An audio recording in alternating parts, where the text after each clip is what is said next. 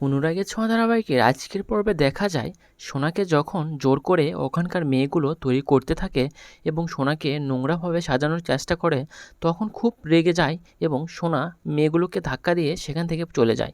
একটা দরজা খোলা থাকায় সোনা ওখান থেকে পালিয়ে যায়।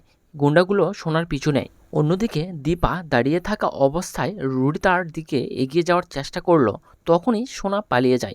তখনই রুডি চারদিকে সোনাকে খোঁজার জন্য বেরিয়ে পড়ে।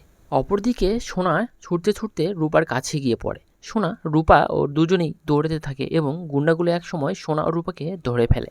আর দীপা তখন মা কালীর বেশে সোনা ও রূপাকে রক্ষা করতে সেখানে এসে হাজির হয়ে যায়। অন্যদিকে দেখা যায় রুডিও দৌড়াতে দৌড়াতে সোনাকে খোঁজার জন্য ওই জায়গায় এসে হাজির হয়।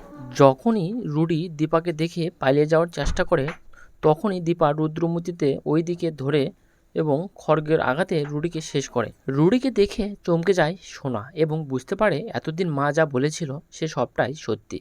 রুডি আসলে বেঁচে ছিল, কিন্তু রুডি আড়াল থেকে সব চক্রান্ত করছিল।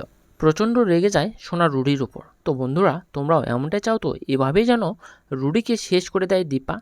কমেন্টে জানিয়ে দাও তোমাদের মতামত। তো বন্ধুরা, এরকম নতুন নতুন আপডেট পাওয়ার জন্য আমাদের চ্যানেলটিকে সাবস্ক্রাইব করে আমাদের পাশে থাকুন। ধন্যবাদ সবাইকে।